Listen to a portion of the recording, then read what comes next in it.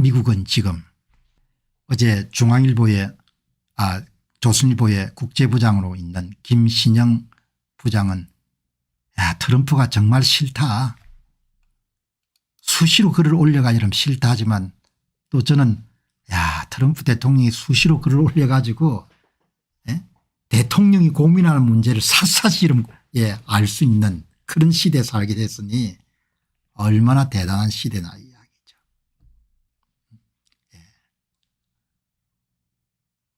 도널드 트럼프 대통령이 이런 고민하는 문제를 대부분 이제 알게 된 겁니다.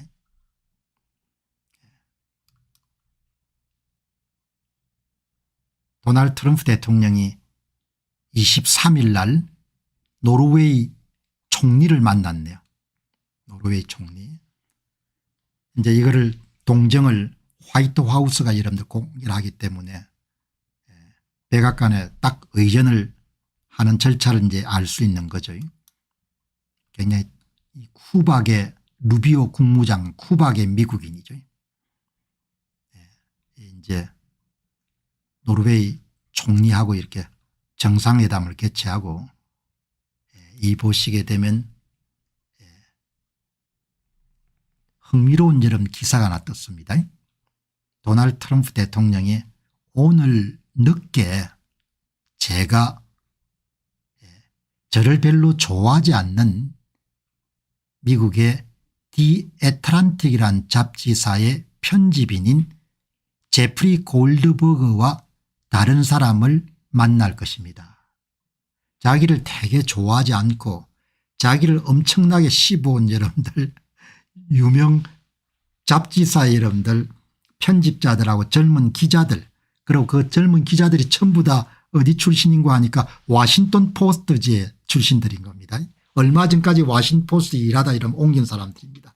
그러니까 어마어마하게 적대적인 여러분들 언론인을 만나 가지고 인터뷰를 가지는 거라는 그런 내용이 나온 겁니다.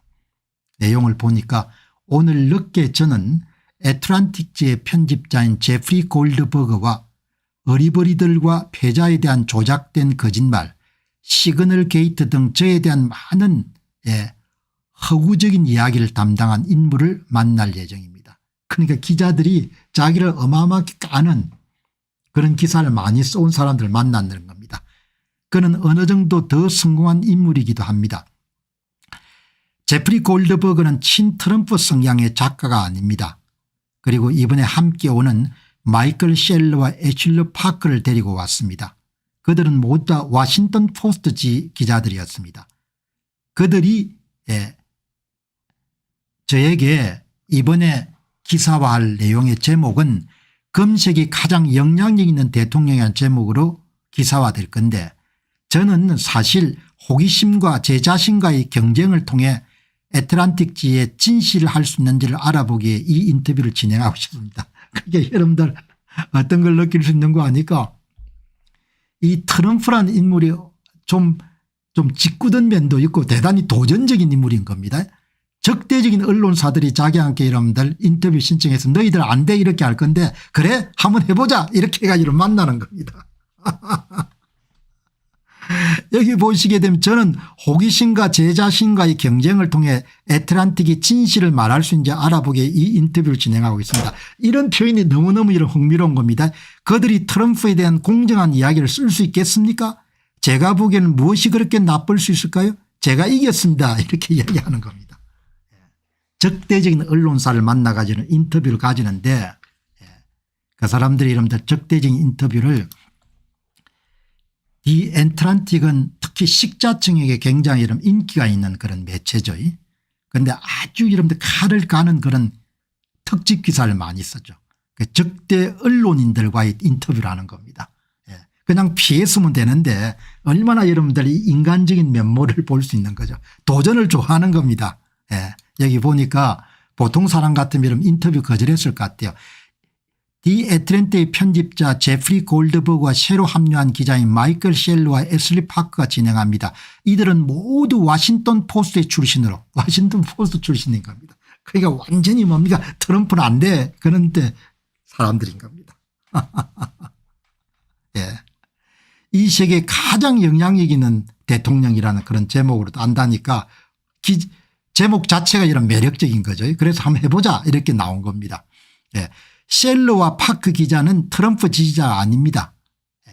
그리고 디 애틀란틱은 상당히 반트럼프 성향을 견지해온 잡지입니다. 그럼에도 불구하고 도널드 트럼프 대통령이 이 인터뷰를 수락한 이유는 호기심과 디 애틀란틱이 진실을 쓸 수 있는지 시험하기 위해서입니다. 재밌지 않습니까? 예. 대단히 흥미로운 인물인 겁니다. 그러니까 뭐 주류 언론사에 있는 분들 가운데는 도널드 트럼프 대통령을 정신 나간 사람을 여기는 사람도 있지만 저는 인간적으로 대단히 흥미로운 인물인 거죠. 예. 웬만한 사람 같으면 그냥 불편해 가지고 디 애틀란틱하고는 내가 인터뷰 안 하겠다 이렇게 할 건데 예? 그래 한번 해보자. 예. 그리고 워싱턴 포스트 이런 출신들이 기자가 왔으니까 얼마나 이러면 쉽겠습니까. 그래도 리스크를 테이킹하는 겁니다. 이들 두 기자는 2025년 1월 달 워싱턴 포스트의 디 애틀란틱으로 이직했고 이것은 트럼프 행정부를 엄격히 감시하려는 디 애틀란틱 전략의 일환입니다. 예. 자, 중국이 이제 보잉기를 돌려보냈지 않습니까? 중국이 뭐 도색도 다 한 보잉기를 미국으로 돌려보내버린 겁니다. 한 매체 보니까 미국의 워싱턴 DC인가 어디에 또 중국에서 돌아온 그런 보잉기가 있더구먼요.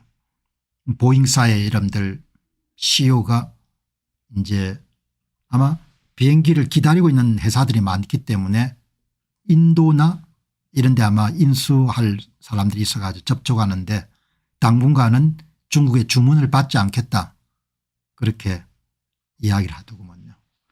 이렇게 비즈니스 관행에 어긋난 그런 일을 하는 것은 아니다. 당분간은 비행기 주문을 중국에서 받지 않겠다.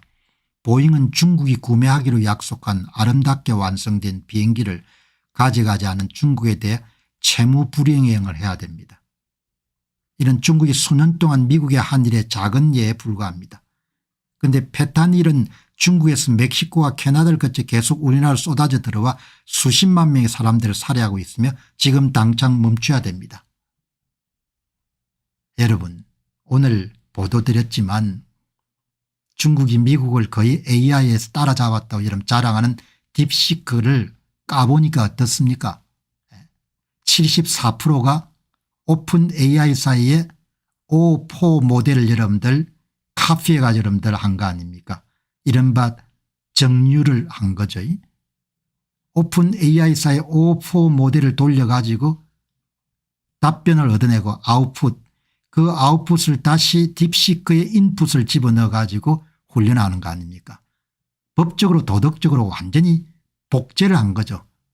기술을 도둑질한 거지 않습니까? 뭐 편견을 제가 갖고 있지는 않습니다. 그러나 그렇게 하면 안 되는 거죠. 오픈 AI사 수조 원을 들여가 여러분들 AI 모델을 만드는데 그 모델을 가동해가 여러분들 결과물을 만들어서 그 결과물을 집어넣어가 여러분들 AI 모델을 훈련시켜 가지고 나중에 여러분들 프로그램을 돌려보니까 딥시크하고 오픈 AI 사이에 답변이 74%가 일치하는 그런 이런 무지막지한 여러분들의 조작질이나 여러분들 도둑질을 어떻게 합니까? 말이 됩니까? 얼마나 그게 사악한 짓입니까?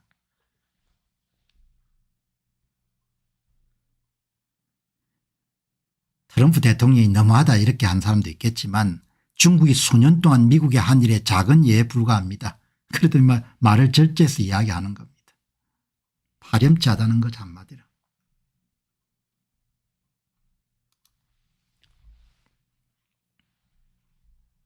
트럼프 대통령의 매력은 반대편에서 보게 되면 참 불편한 일이지만 너무나 표현을 적나라하게 한다는 겁니다. 여기 보시면은 하버드 대학을 까는 이야기를 했는데 이런 표현은 뭐죠?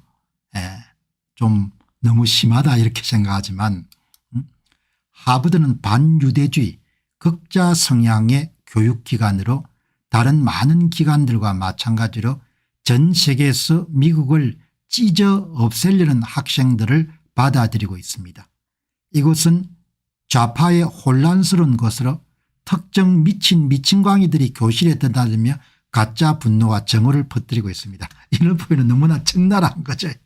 그러니까 기성 언론들은 너무나 불편하게 여기는 겁니다.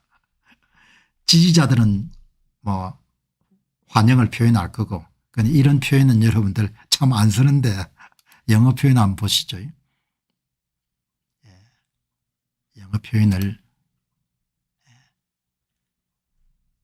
The place, 하버드는 리버럴 메스, 좌파 인간들이 모인 곳이고, 클레이지드 루너틱 자체가 이런 미친경이라는 뜻인데, 열공한 미친개들이 그룹들이 들어오고 나가는 수업 시간을 들어오고 나가는, 그리고 분노와 화를,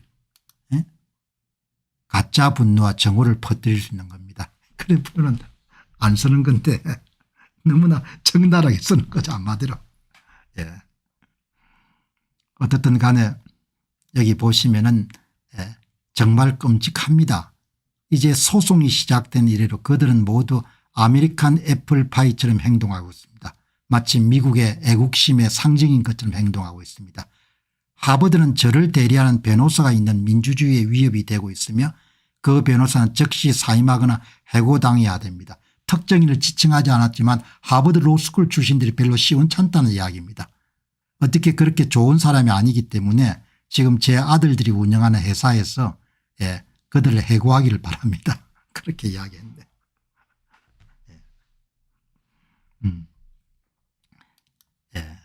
그다음에 이제 오늘 또 하나, 팍스뉴스나 월스트리트저널이 모두 다 오너가 루버트 머독이라는 그런 부자가 소유하고 있지 않습니까?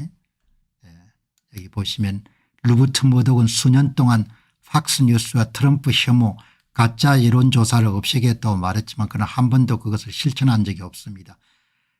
팍스뉴스가 실시한 여론조사는 저와 메가를 수년 동안 잘못 생각하게 만들었습니다. 또한 그가 하는 동안 중국 사랑 월스트리트저널에서 변화를 일으키기 시작해야 됩니다. 정말 좀 짜증이 나는 일입니다.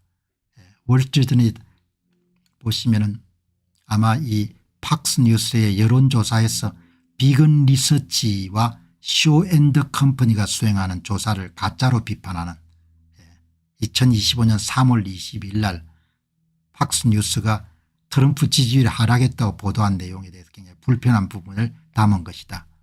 어쨌든 뭐 그냥 재미있게 한번 참조할 만한 그런 내용이라고 보면 되겠네요. 자, 여러분 오늘 방송이 좀 길었네요.